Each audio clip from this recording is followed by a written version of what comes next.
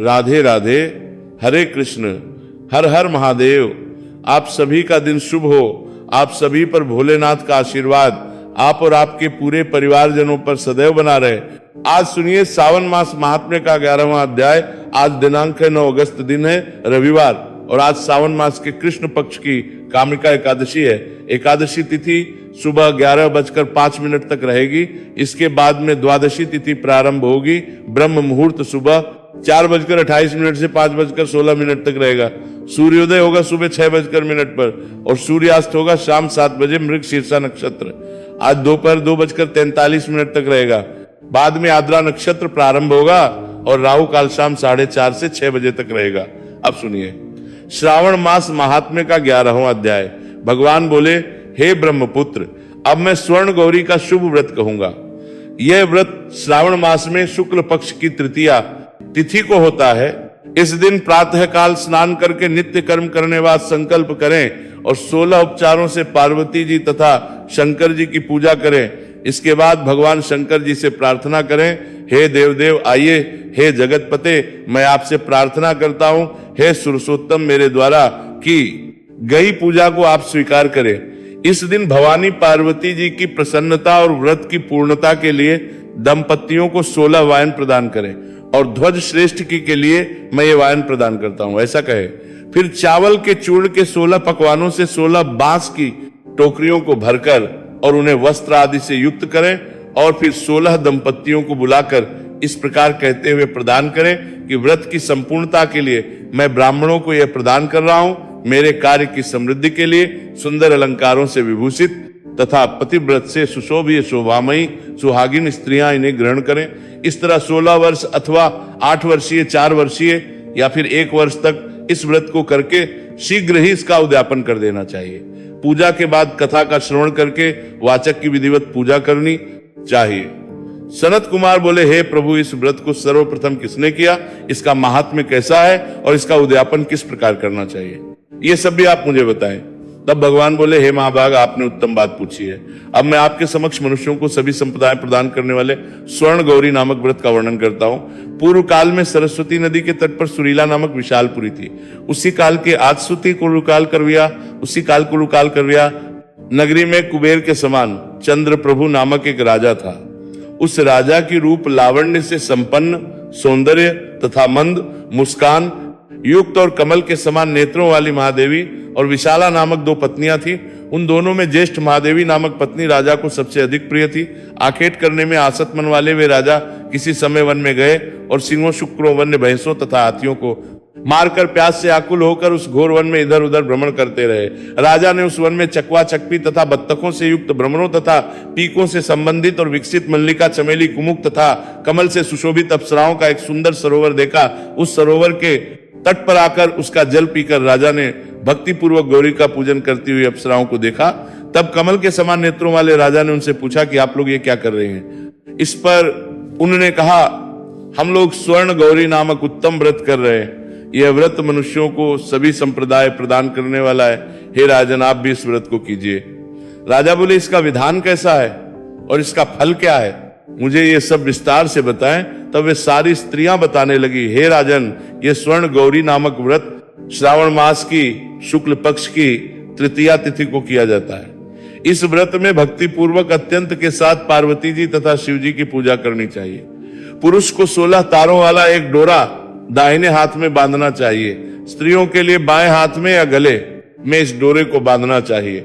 ये सब सुनने के बाद संयत चित्त वाले राजा ने भी उस व्रत को संपन्न करके 16 धागों से युक्त डोरे को अपने दाहिने हाथ में बांध लिया। उन्होंने कहा, हे देव देवेशी, मैं इस डोरे को बांधता आप मेरे ऊपर प्रसन्न हो और मेरा कल्याण करें। इस प्रकार देवी का व्रत करके वे अपने घर आ गए। राजा के हाथ में डोरा देखकर ज्येष्ठ रानी महादेवी ने पूछा और सारी बात सुनकर वह राजा के ऊपर अत्यंत कुपित हो उठी। राजा ने कहा, ऐसा मत करो, ऐसा मत करो। लेकिन रानी ने उस डोरे को तोड़कर बाहर एक सूखे पेड़ के ऊपर फेंक दिया। उस डोरे के स्पर्श मात्र से ही वह वृक्ष पल्लवों से युक्त हो। इसके बाद उसे देखकर दूसरी रानी भी आश्चर्यचकित हो उठी और उस वृक्ष पर स्थित टूटे हुए डोरे को उसने अपने बाएं हाथ में बांध लिया। उसी समय से उसके व्रत के महात्म्य से वह रानी राजा को अत्यंत प्रिय हो गई। और उधर वे ज्येष्ठ रानी व्रत के अपचार के कारण राजा से तय होकर दुखी होकर वन में चली गई। अपने मन में वह भगवती देवी का ध्यान करते हुए मुनियों के पवित्र आश्रम में निवास करने लगी। कहीं कहीं श्रेष्ठ मुनियों के द्वारा ये कहकर आश्रम में रहने से रोक दी जाती थी कि हे पापिन, अपनी इच्छा के अनुसार यहाँ से चली जाओ। इस तरह घोर वन में इधर उधर भ्रमण करती हुई वो अत्यंत अच्छी तरह देख सकते हो खिन्न होकर एक स्थान पर जाकर बैठ गई। तब उसके ऊपर कृपा करके देवी उसके समक्ष प्रकट हो गई। उन्हें देखकर वह रानी भूमि पर दंडवत प्रणाम करके उनकी करने लगी, हे देवी आपकी जय हो, आपको नमस्कार है। भक्तों को वर देने वाली आपकी जय हो। शंकर जी के भाग भाग में विराजने वाली आपकी जय हो। हे मंगले आपकी जय हो। तब देवी की भक्ति के द्वारा वरदान प्राप्त करके और उन गौरी की अर्चना करके उसने जो व्रत किया उसके प्रभाव से रानी के पति उसे घर ले गए। इसके बाद देवी की कृपा से उसकी समस्त कामनाएं भी पूर्ण हो गई। राजा सभी समृद्धियों से संपन्न होकर उन दोनों के साथ पूर्ण रूप से राज्य करने लगे। अंत में राजा ने उन दोनों रानियों सहित शिव पद को प्राप्त किया। इस प्रकार जो स्वर्ण गौरी के इस उत्तम व्रत को करता है वह मेरा तथा गौरी का अत्यंत प्रिय होता है और विपुल लक्ष्मी प्राप्त करके भूलोक में शत्रु समूह को पराजित कर शिव जी के विशुद्ध लोक को जाता है। हे सनत कुमार, अब आप दत्त चित्त होकर इस व्रत के उद्यापन की विधि भी सुनिए। चंद्रमा तथा तारा युक्त शुभ तिथि तथा शुभ वार में एक मंडप बनाकर उसके मध्य में अष्टदल कमल के ऊपर धान्य रखकर उस पर एक कुंभ अर्थात कलश स्थापित करें। फिर उसके ऊपर 16 पल प्रमाण का बना हुआ एक तिल पूरे ताम्र में पूर्ण पात्र रखें और उस पर पार्वती जी और शंकर जी की 2 प्रतिमाएं स्थापित करें। शिव जी की प्रतिमा श्वेत वर्ण के 2 वस्त्रों तथा शुक्ल वर्ण के यज्ञोपवीत से सुशोभित हो। उसके बाद मंत्र से विधिवत उनकी प्रतिष्ठा करें और भली भांति पूजा करके रात्रि में जागरण करें। इसके बाद अगले दिन प्रातः काल पूजा करने के बाद होम करें। सर्वप्रथम यह करके प्रधान होम करें। होम में 1000 अथवा 100 आहुति डालनी चाहिए। उसके बाद वस्त्र अलंकार तथा गौ के द्वारा आचार्य की पूजा करनी चाहिए और वायन प्रदान करना चाहिए। इसके बाद ब्राह्मण भोजन कराना चाहिए। साथ ही 16 दंपतियों को भी भोजन कराना चाहिए। अपने द्रव्य सामर्थ्य के अनुसार उन्हें दक्षिणा देनी चाहिए। अंत में प्रसन्नता से युक्त होकर बंधुजनों के साथ स्वयं भी भोजन करना चाहिए। प्रिय भक्तजनों, इस प्रकार श्रावण मास का आज का महत्व में पूर्ण हुआ। इसके आगे का वृतांत आप सभी कल सुनिएगा। अब सुनिए चातुर्मास महात्म्य का आज का अध्याय। श्री महादेव जी कहते हैं, द्विजों के लिए ओंकार सहित द्वादक्षर मंत्र का विधान है और स्त्रियों और शूद्रों के लिए ओंकार रहित नमस्कार पूर्वक यानी नमो भगवते वासुदेवाय द्वादक्षर मंत्र का जप बतलाया गया है। संकट जातियों के लिए राम नाम का षडक्षर मंत्र ओम रामायण नमः है, वह भी प्रणव से रहित ही होना चाहिए। ऐसा पुराणों और स्मृतियों का निर्णय है। यही क्रम सब वर्णों के लिए है और संकट जातियों के लिए भी सदा ऐसा ही है। देवी प्रणव जप में तुम्हारा अधिकार नहीं है, अतः तुम्हें सदा नमो भगवते वासुदेवाय इसी मंत्र का जप करना चाहिए। ये प्रणव सभी देवताओं का आदि कहा गया है। श्री ब्रह्मा, श्री विष्णु और शिव सभी अपनी प्रिय पत्नियों के साथ प्रणव में निवास करते हैं। सब प्राणी और समस्त तीर्थ उसमें विभाग पूर्वक स्थित है। प्रणव सर्व तीर्थ में तथा केवल ब्रह्ममय है। शुभान ने जब चातुर्मास में भगवान विष्णु की प्रसन्नता के लिए तप करोगी तब प्रणव सहित वादाक्षर के जप करने के योग्य होगी। जब तपस्या की वृद्धि होती है तब भगवान विष्णु में भक्ति होती है। प्रतिदिन भगवान विष्णु का स्मरण करना चाहिए, इससे जिह्वा पवित्र होती है। जैसे दीपक प्रज्वलित होने पर बड़े भारी अंधकार का नाश हो जाता है, उसी तरह भगवान विष्णु की कथा सुनने से सब पाप नष्ट हो जाते हैं। अतः हे पार्वन, तुम भगवान विष्णु के शयन काल में द्वादक्षर मंत्र राज का विशुद्ध चित्त होकर जप करो। वे ही भगवान संतुष्ट होकर तुम्हें द्वादक्षर सहित अखंड ब्रह्म स्वरूप का उत्तम ज्ञान प्रदान करेंगे। तुम ब्रह्मा जी के कोटि कल्पों तक द्वादक्षर मंत्र का जप करती रहो। जो प्रणाम सहित मंत्र राज का ध्यान करता है उसका कभी नाश नहीं होता। महादेव जी के ऐसा कहने पर पार्वती जी आने पर हिमालय के शिखर पर तपस्या करने के लिए गई। वे 3 वस्त्रों से युक्त हो ब्रह्मचर्य व्रत का पालन करती हुई प्रातः, मध्याह्न और सायं तीनों समय भगवान के हरिहर स्वरूप का ध्यान करने लगी। उनके साथ उनकी सखियां भी थी। विशाल नेत्रों वाली पार्वती जी ने अपने पिता हिमालय के मनोहर शिखर पर क्षमा आदि गुणों से सुशोभित हो तपस्या की। पार्वती जी की तपस्या में संलग्न होने पर भगवान शंकर सब और पृथ्वी पर विचरण करने लगे। एक दिन उन्होंने जल की उत्ताल तरंगमालाओं से सुशोभित यमुना जी को देखकर उसमें स्नान करने का विचार किया। वे जैसे ही जल में घुसे कि उनके शरीर की अग्नि के तेज से वह जल काला हो गया। यमुना जी भी दिव्य रूप धारण करके अपने श्याम स्वरूप से प्रकट हुई और भगवान शंकर की स्तुति और नमस्कार करके बोली, देवेश्वर मुझ पर प्रसन्न हुई है, मैं आपके अधीन हूं। महादेव जी ने कहा, जो इस पुण्य तीर्थ में स्नान करेगा उसके सहस्त्रों पाप क्षण भर में नष्ट हो जाएंगे। ये पवित्र तीर्थ संसार में हर तीर्थ के नाम से विख्यात होगा। ऐसा कहकर भगवान शिव यमुना जी को प्रणाम करके अंतर ध्यान हो गए। उन्होंने यमुना जी के किनारे मनोहर रूप धारण करके हाथ में वाद्य ले लिया और ललाट में त्रिपुंड धारण करके शिखर पर जटा बढ़ाए। मुनियों के घरों में इच्छा अनुसार घूम घूम कर अंगों की चप्पल चेष्टा का प्रदर्शन प्रारंभ किया। वे कहीं गीत गाते और कहीं अपनी मौत से नाचने लगते थे। स्त्रियों के बीच में जाकर कभी क्रोध करते और कभी हंसने लगते थे। इस प्रकार उन्हें सब और घूमते देखकर मुनि लोगों ने क्रोध किया और ये श्राप दिया कि तुम लिंग रूप हो जाओ। श्राप होने पर भगवान शिव अन्यत्र बहुत दूर चले गए। उनका वह लिंग रूप अमरकंटक पर्वत के रूप में अभिव्यक्त हुआ और वहां से नर्मदा नामक नदी प्रकट हुई। नर्मदा जी में स्नान कर उसका जल पीकर तथा उसके जल से पितरों का तर्पण करके मनुष्य इस पृथ्वी पर दुर्लभ कामनाओं को भी प्राप्त कर लेता है।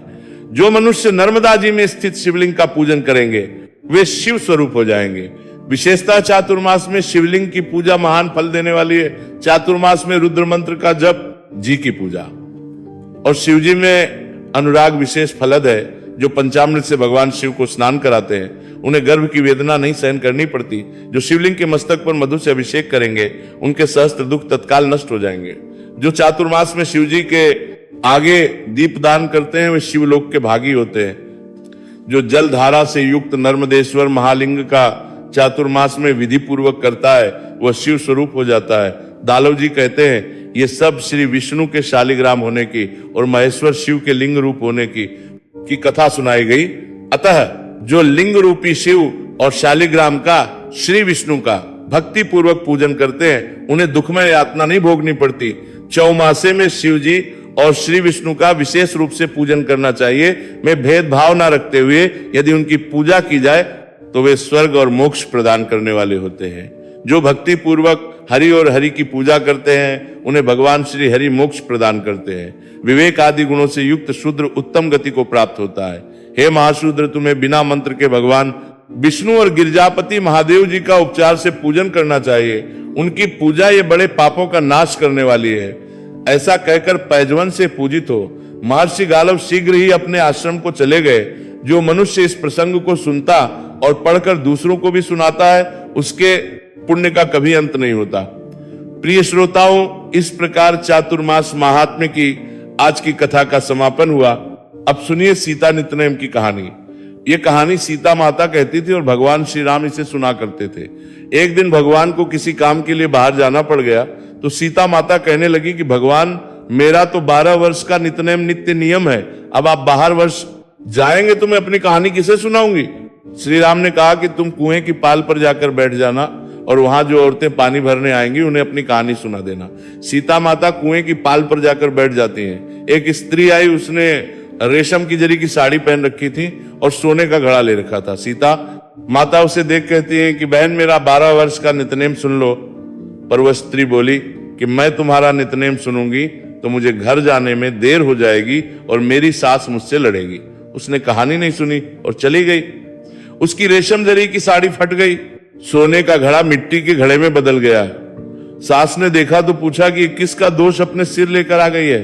बहू ने कहा कि कुएं पर एक औरत बैठी थी, उसने कहानी सुनने के लिए कहा लेकिन मैंने सुनी नहीं, जिसका यह फल मिला। बहू की बात सुनकर अगले दिन वही साड़ी और घड़ा लेकर सास कुएं की पाल पर गई। सास को वहीं माता सीता बैठी मिली तो माता सीता ने कहा कि बहन, मेरी कहानी सुन लीजिए। सास बोली कि एक बार छोड़, मैं तो 4 बार कहानी सुन लूंगी।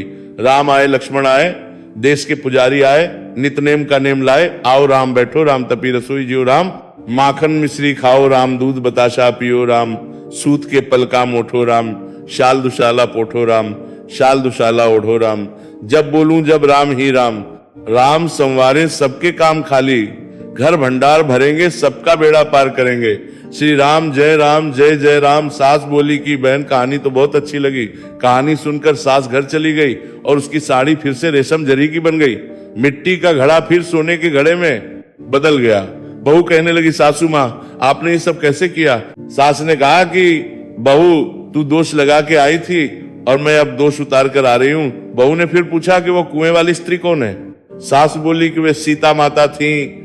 वे पुराने से नया कर देती हैं, खाली घर में भंडार भर देती हैं, वे लक्ष्मी जी का वास घर में कर देती हैं, आदमी की जो भी इच्छा हो उसे पूरा कर देती हैं। बहू बोली कि ससी कहानी मुझे भी सुना दो। सास बोली कि ठीक है तुम भी सुनो। और सास ने कहानी शुरू की। राम आए लक्ष्मण आए, देश के पुजारी आए, नितनेम का नेम लाए, आओ राम बैठो, राम तपी रसोई जियो राम।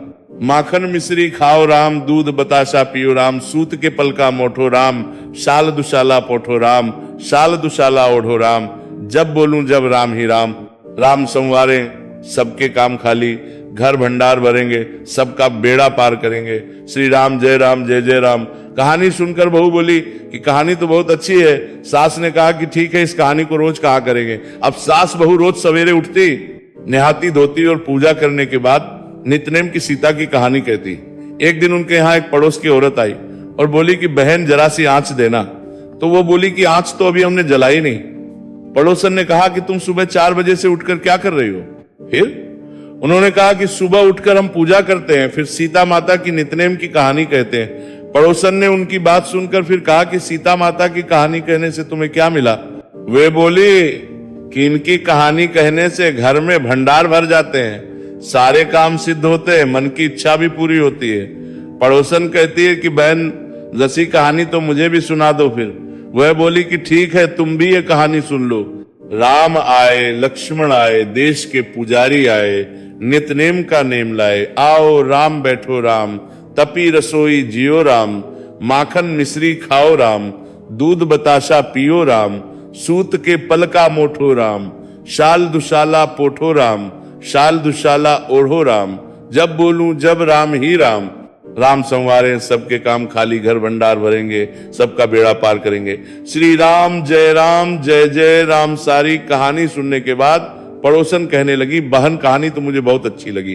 अब वह पड़ोसन भी नितनेम सीता माता की कहानी कहने लगी। कहानी कहने से सीता माता ने पड़ोसन के भी भंडार भर दिए। अब तो पूरे मोहल्ले में नितनेम की कथा चल पड़ी, हर किसी की मनोकामना पूरी होने लगी। हे सीता माता, जैसे आपने उनके भंडार भरे वैसे ही आप हमारे भी भंडार भरना, कहानी सुनने वाले के भी और हुंकार भरने वाले के भी। सभी प्रेम से बोलिए सीता माता की जय। प्रिय श्रोताओं, अब सुनिए वैद्यनाथेश्वर ज्योतिर्लिंग की कथा। श्री सूत जी कहते हैं, अब मैं वैद्यनाथेश्वर ज्योतिर्लिंग का पाप हरि मातम में बताऊंगा। सुनो, राक्षस राज रावण जो बड़ा अभिमानी और अपने अहंकार को प्रकट करने वाला था, उत्तम पर्वत कैलाश पर भक्ति भाव से भगवान शिव आराधना कर रहा था। कुछ समय तक आराधना करने पर जब महादेव प्रसन्न नहीं हुए, तब वह शिव जी की प्रसन्नता के लिए दूसरा तप करने लगा। रावण ने सिद्धि के स्थानभूत हिमालय पर्वत से दक्षिण वृक्षों से भरे हुए वन में पृथ्वी पर एक बहुत बड़ा गड्ढा खोदकर उसमें अग्नि की स्थापना की और उसके पास ही भगवान शिव को स्थापित करके हवन आरंभ किया। ग्रीष्म ऋतु में वह 5 अग्नियों के बीच बैठता, वर्षा छतु में खुले मैदान में चबूतरे पर सोता और शीतकाल में जल के भीतर खड़ा रहता। इस तरह 3 प्रकार से उसकी तपस्या चलती थी। इस रीति से रावण ने बहुत तप किया, तो भी दुरात्माओं के लिए, जिनको रिझाना कठिन है, वे महात्मा परमेश्वर उस पर प्रसन्न नहीं हुए। तब दैत्यराज रावण ने अपना मस्तक काटकर शंकर जी का पूजन आरंभ किया। विधि पूर्वक शिव जी की पूजा करके वह दशानंद अपना एक एक सिर काटता और भगवान को समर्पित कर देता था। इस तरह उसने क्रमशः अपने 9 सिर काट डाले। जब एक ही सिर बाकी रह गया, तब भक्त वत्सल भगवान शंकर संतुष्ट और प्रसन्न हो वही उसके सामने प्रकट हो गए। भगवान शिव ने उसके सभी मस्तकों को पूर्ववत निरोग करके उसे उसकी इच्छा के अनुसार अनुपम उत्तम बल प्रदान किया। भगवान शिव का कृपा प्रसाद पाकर राक्षस रावण ने नतमस्तक हो हाथ जोड़कर उनसे कहा, देवेश्वर प्रसन्न होइए, मैं आपको लंका में ले चलता हूं, आप कृपा करके मेरे इस मनोरथ को सफल कीजिए, मैं आपकी शरण में आया हूं। रावण के ऐसा कहने पर भगवान शंकर बड़े संकट में पड़ गए और अनमन्य होकर बोले, राक्षस राज मेरी सार गर्भित बात सुनो, तुम मेरे इस उत्तम लिंग को भक्ति भाव से अपने घर को ले जाओ, परंतु जब तुम इसे कहीं भूमि पर रख दोगे तब ये वहीं हो जाएगा, इसमें संदेह नहीं है। अब जैसी इच्छा हो वैसा करो, सूत जी कहते हैं ब्राह्मणों भगवान शंकर के। ऐसा कहने पर राक्षस राज रावण बहुत अच्छा कहकर वो शिवलिंग साथ लेकर अपने घर की ओर चला, परंतु मार्ग में भगवान शिव की माया से उसे मूत्रोत्सव की इच्छा हुई। पुलिस नंदन रावण सामर्थ्यशाली होने पर भी मूत्र के वेग को रोक नहीं सका। इसी समय वह आसपास एक ग्वाले को देखकर उसने प्रार्थना पूर्वक वह शिवलिंग उसके हाथ में थमा दिया और स्वयं मूत्र त्याग के लिए बैठ गया। एक मुहूर्त बीतते बीतते वाला उस शिवलिंग के भार से अत्यंत पीड़ित होकर व्याकुल हो गया। तब उसने उसे पृथ्वी पर रख दिया। फिर तो वह हीरकमय शिवलिंग वही स्थित हो गया। वह दर्शन करने मात्र से संपूर्ण विष्णु को देने वाला और पाप राशि को हरने वाला है। मुनि शिवलिंग तीनों लोकों में वैद्यनाथेश्वर के नाम से प्रसिद्ध हुआ, जो सत्पुरुषों को भोग और मोक्ष देने वाला है। यह दिव्य उत्तम और श्रेष्ठ ज्योतिर्लिंग दर्शन और पूजन से भी समस्त पापों को हर लेता है और मोक्ष की प्राप्ति कराता है। वह शिवलिंग जब संपूर्ण लोकों के हित के लिए वहीं स्थित हो गया, तब रावण भगवान शिव का परम उत्तम वर पाकर अपने घर को चला गया। वहां जाकर उस महान असुर ने बड़े हर्ष के साथ अपनी प्रिया मंदोदरी को बातें कह सुनाई। इंद्र आदि संपूर्ण देवताओं और निर्मल मुनियों ने जब यह समाचार सुना, तब वे आपस में सलाह करके वहां आए। उन सब का मन भगवान शिव में लगा हुआ था। उन सब देवताओं ने उस समय वहां बड़ी प्रसन्नता के साथ शिव जी का विशेष पूजन किया। वहां भगवान शंकर का प्रत्यक्ष दर्शन करके देवताओं ने उस शिवलिंग की विधिवत स्थापना की और उसका वैद्यनाथ नाम रखकर उसकी ओर स्तवन करके वे स्वर्गलोक को चले गए। ऋषियों ने पूछा, सूत जी, जब वह शिवलिंग वहीं स्थित हो गया और रावण अपने घर को चला गया, तब वहां कौन सी घटना घटित हुई, ये भी आप बतलाइए। सूत जी ने कहा, ब्राह्मणों भगवान शिव का परम उत्तम वर पाकर महान असुर रावण अपने घर को चला गया। वहां उसने अपनी प्रिया से सब बातें कही और वह अत्यंत आनंद का अनुभव करने लगा। इधर इस समाचार सुनकर देवता घबरा गए कि पता नहीं यह देवद्रोही महापुरुष रावण भगवान शिव के वरदान से बल पाकर क्या करेगा। उन्होंने देवर्षि नारद जी को भेजा। नारद जी ने जाकर रावण से कहा कि तुम कैलाश पर्वत को उठाओ, तब पता लगेगा कि शिव जी का दिया हुआ वरदान कहां तक सफल है, क्या तुम बलशाली हुए हो या नहीं। रावण को यह बात बिल्कुल सही लगी। तब उसने जाकर कैलाश को उखाड़ लिया। इससे सारा हिल उठा। तब गिरजा देवी के कहने से महादेव जी ने रावण को घमंडी समझकर उसे इस प्रकार श्राप दिया। महादेव जी बोले, रे दुष्ट भक्त दुर्बुद्धि रावण, तू अपने बल पर इतना घमंड ना कर। तेरी इन भुजाओं का घमंड चूर करने वाला वीर पुरुष शीघ्र ही इस जगत में होगा। सूत जी कहते हैं, इस प्रकार वह जो घटना हुई उसे नारद जी ने सुनाया। रावण भी प्रसन्नचित हो जैसे आया था, उसी तरह घर को लौट गया। हे मुनियों, इस प्रकार मैंने वैद्यनाथ ईश्वर का महत्व भी बताया है। इसे सुनने वाले मनुष्यों का पाप भस्म हो जाता है। सभी प्रेम से बोलिए, वैद्यनाथ ज्योतिर्लिंग की जय। भगवान शंकर सब पर कृपा करें। श्री शिवाय नमस्तु। भयम हर हर महादेव।